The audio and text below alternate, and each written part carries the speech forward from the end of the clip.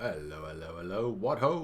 Welcome back to another exciting adventure of The Plain Truth. I'm your host, Travis Finley.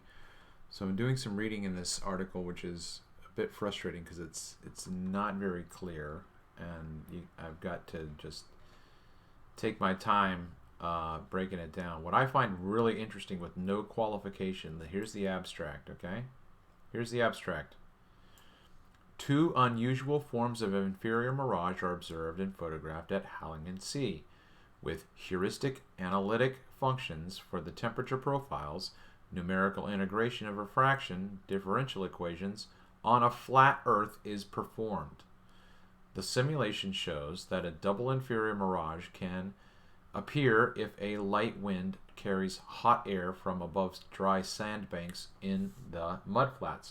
Horizontal stripes can appear in the mirage image if a water channel crosses the line of sight between the observer and the object.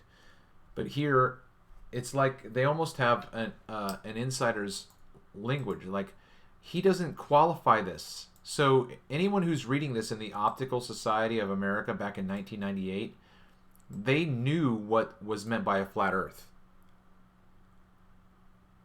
But there's no qualification here in this entire article.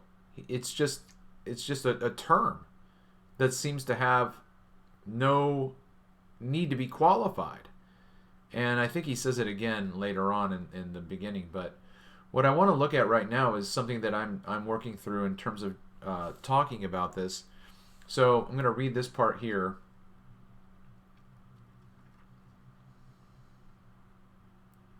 See, okay, it's not there. I think it's just right here then. Okay. All right. Okay, here it is with the double. Okay. The typical inferior mirage, I'm right here. The typical inferior mirage has a simple appearance consisting of one upright image of the object on the top and one inverted image on the bottom. Inferior mirage images with another image structure are referred to as unusual inferior mirages. In the Halligan Sea, we observed two kinds of unusual inferior mirage. Two inferior mirages with four images and two inferior mirages with a horizontal stripe of constant width in the mirage image. Okay? The mirage in the Auchenschwaft at the Hallig Hoog is an unusual form. Clearly, two upright images of the Auchenschwaft can be seen. A thorough analysis of the photograph shows that below each upright image there is a strongly contracted inverted image of the Wharft. A thorough analysis of the photograph shows that below each upright image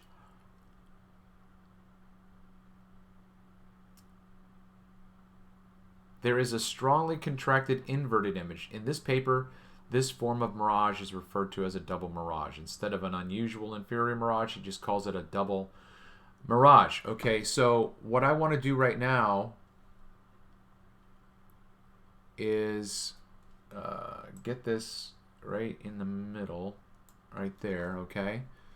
So this is what I have said before that would be helpful if we had more information, okay? They call these hills, they call these hills Halligs, and the Wharft up here is the house or whatever it is, okay? So let me see if I can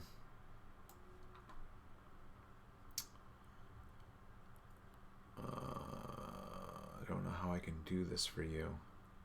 I mean, I think I can. Let me just do this way. I'm just going to bring in a hold on.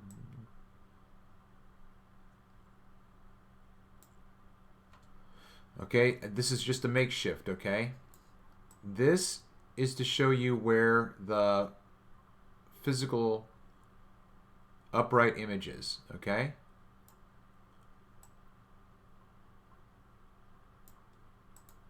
That's the upright image. You're looking straight out, and that's exactly where the image is, okay? Now when you move down into the mirage, okay, here, right here, is the limit of the mirage. Right there is the limit of the mirage. How far away from the original image is this? This is what I'm talking about when I talk about the mirage being like a shadow of a tree. Okay? So let me bring the...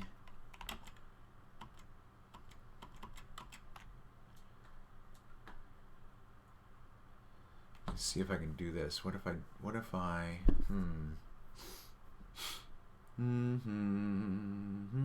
doing this on the fly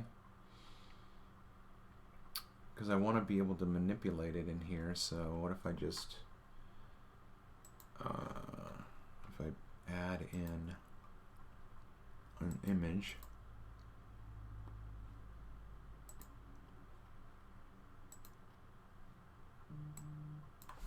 and I add in an image, and that image is tree shadow.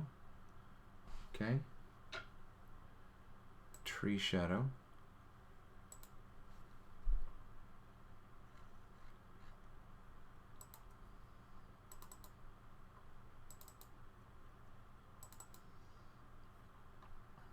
Upload image when not showing. Unload image, sorry. Unload image when not showing.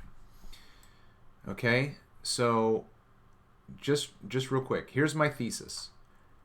The image of the inferior mirage presents itself along the x-axis. Therefore, there is physical distance from the vanishing line to the limit of the mirage for which account must be taken. Okay, so now the tree is going to be analogous to the physical image up here. Okay, let me get that lined up right, you know, as close as we can. Right, let's get it small.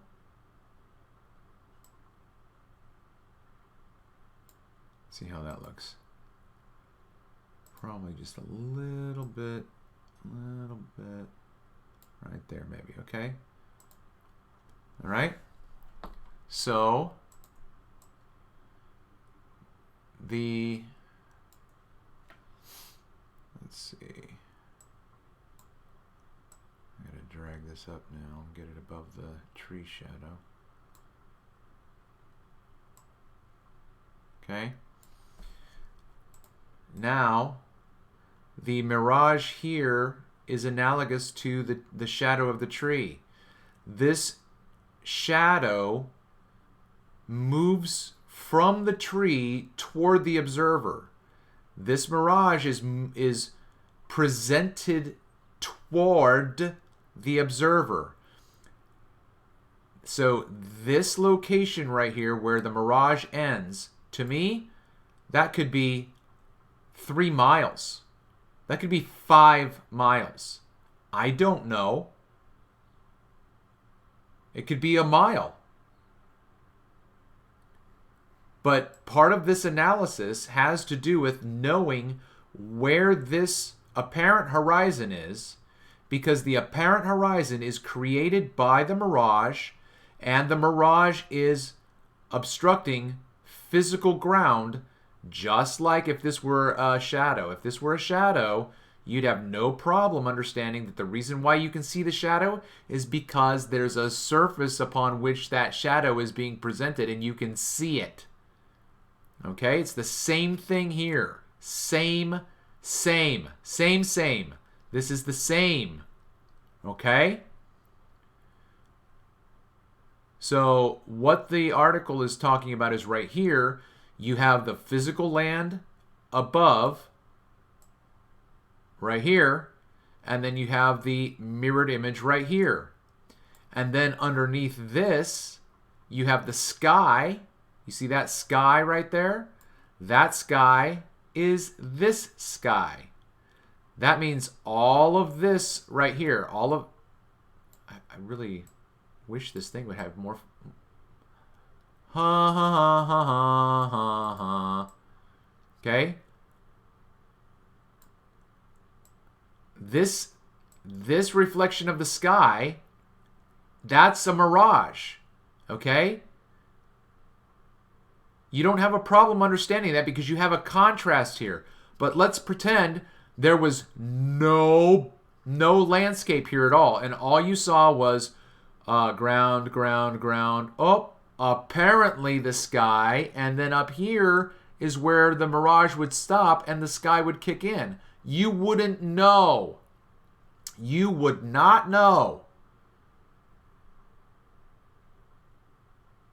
there was a mirage in front of you without, well, I mean, if you had the ability to zoom in right here, you could see it dancing and this, that, or the other, sure. But when we're talking about looking out over the horizon with our naked eye and all we can see is the open sky, we're not seeing, this is not sky right here. This is not sky. This is not sky. Just like that's not a tree.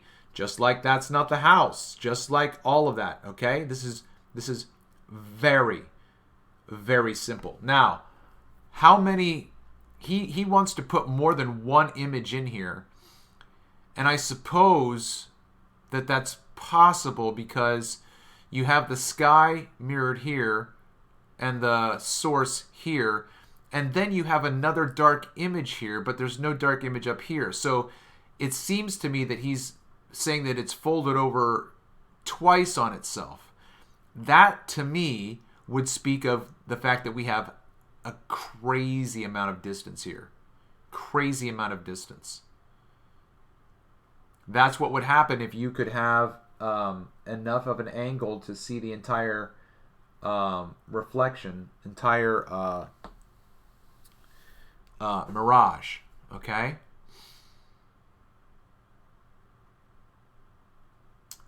The mirage is not a 90-degree angle. When you look out straight ahead, you're looking up in a two-dimensional fashion, but in the 3D world, this is actually distance, distance, distance until you get to the observation, okay? A mirage is not a 90-degree image. It is along the x-axis. This has been another exciting adventure of The Plain Truth. I'm your host, Travis Finley. Until next time.